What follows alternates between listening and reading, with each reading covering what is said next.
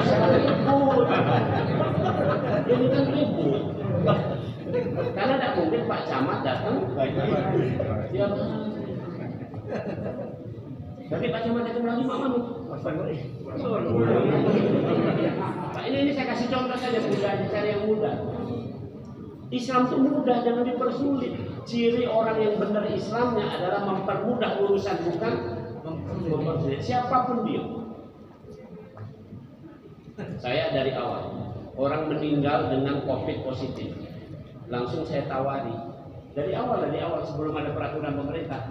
Apa saya bilang? Gini, nak kamu kubur di mana? Ada yang kubur, nak kami bawa ke dusun. Bawa ke dusun. Jadi tidak meninggal di rumah sakit muslim, tidak langsung nak dibawa ke mana? Dan mestinya bapak dusun bapak dusun. Cuman saya sudah tahu aturannya.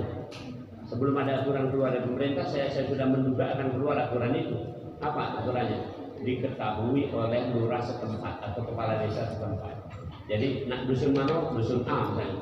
Maka kepala dusun sana menunjuk surat bahwa ini akan menerima mayat ini. Selesai, bawa surat itu tunjukkan bawa.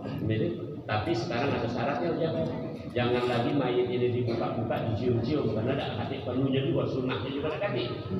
Setelah kami bersihkan, kami mandikan, kami kafani, ada sholatkan ini, kamu bawalah ke dusun, nanti sholatkan lagi silahkan, baru kemudian dikubur. Tidak usah mampir ke rumah, tidak usah dibuka-buka lagi. Selesai, kan enak begitu, mudah Pak, jadi tidak usah nak ribut-ribut, tidak usah nak.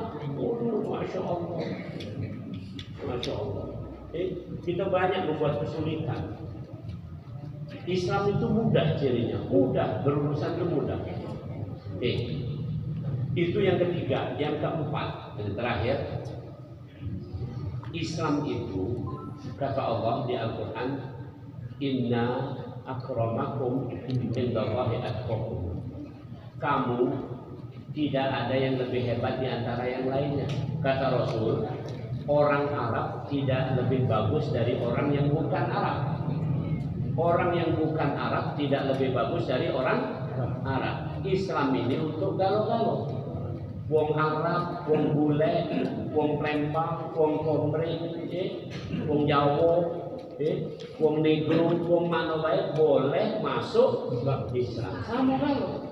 Sholatnya juga kalau masuk Islam tidak kate, misalnya yang Negro sholatnya harus misalnya 10 kali sehari semalam karena kamu Negro nih.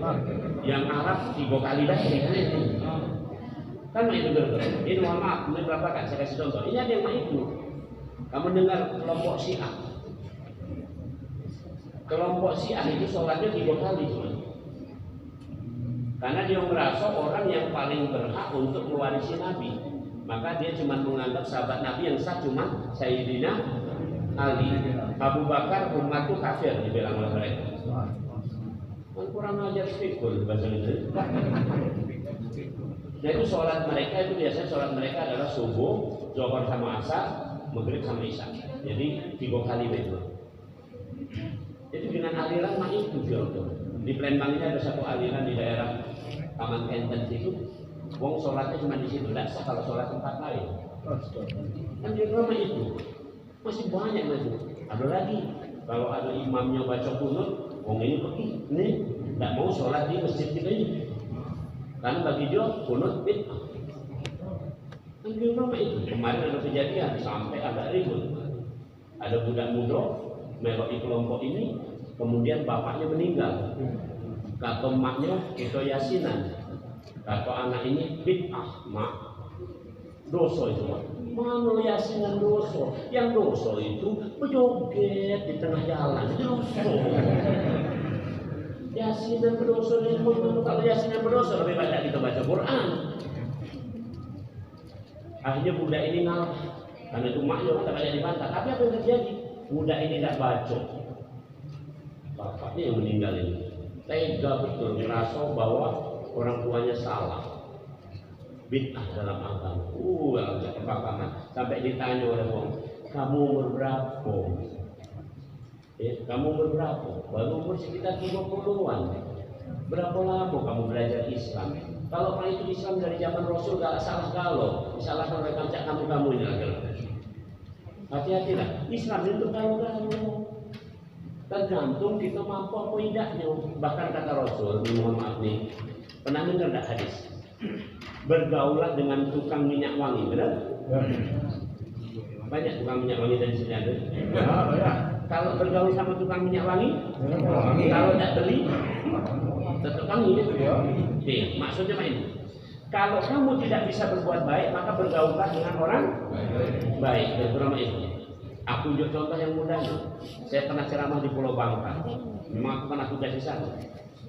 Mendarat di bandara situ di Depati Amir di Pangkal Pinang, dijemput. Karena aku harus pergi ke tempat lain lagi. 2 jam dari situ. Dijemput. Jam 5:30. Naik mobil lagi. Saat azan. Allahu Akbar jam 6 lagi. Terus aku ngomong, sopir mampir masjid, mampir. Aku pikir sopir sholat juga, kan aku yakin dia sholat juga. Aku masuk ke masjid sholat.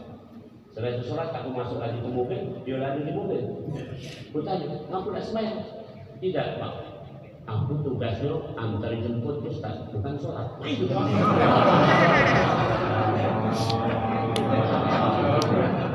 Terus aku sampai jalan, aku tidak marah, dia sholat. Umur berapa kamu? Umur 50. Kapan kamu tak sholat lagi? 5 tahun yang lalu. Kalau boleh tahu kenapa sangka tak sholat? Aku sampai umur 45 sholat, tapi masih buntu tulang, miskin tulang. Jadi aku sholat lagi ke rumah itu. Terus bertanya lagi, kenapa kamu jemput Ustaz? Katanya kalau jemput Ustaz itu barokah, main dengan. Perhatikan kalimat saya. Ini seminimal, inilah jangkauan orang. Jadi jangan kita galak nyala-nyalakan uang. Belum tentu uang itu lebih jelek dari itu. Ada kisah seorang waliullah. Waliullah ini ulama yang luar biasa. Waliullah itu dapat karomah, itu bukan ulama sembarangan. Waliullah itu alim nian. Suatu saat ada preman jahat nian, namanya sholat tak pernah segala macam itu. Nak tobat, dekat ke waliullah tadi. Dia merasa risih, wong jahat dekat aku ini, risih. Dia ngolok terus tambah risih. Jauh-jauh kamu ini, kamu jahat. Kami yang baik, gara-gara itu, gara-gara walaupun tidak diomong spontan tapi dalam hati mah itu. Apa yang terjadi? Kemudian dia dapat karomah tanda dari Allah bahwa amalan dia itu ditutup oleh Allah, tidak diterima. Sementara yang preman tadi dimuliakan oleh Allah. Jadi tidak pernah tahu kita ini. Jadi kriteria Islam itu untuk galau-galau. Siapa baik silahkan untuk mengamalkan agama Islam dengan kadarnya baik. Jangan dipaksa-paksa dulu. Ada tanya, ada murid aku tanya, Jang, kamu sholatnya apa? Yang pasti saya sholat zuhur sama asar sama maghrib. Nama itu jam. Subuh kadang nggak bangun. Oh itu bisa. Kadang nggak tidur. Ini budak muda. Pendapatnya mah itu. Ini budak kedokteran loh, bukan budak yang tidak kacak mikir loh ini. Nama itu. Jemaah itulah bermain. Cari yang baik. Tidak usah kita marah dulu, karena belum sampai hidayah dia. Tapi jadilah dia sudah wong Islam. Contoh nama itu. Jadi kita ini galak cerodean, ngurusi orang lain, padahal kita dewek masih kekurangan. Maka yang paling penting kita kembali lagi. Nah inilah 4 hal Islam. Saya sudah sampaikan malam ini pengertian tahun baru Islam.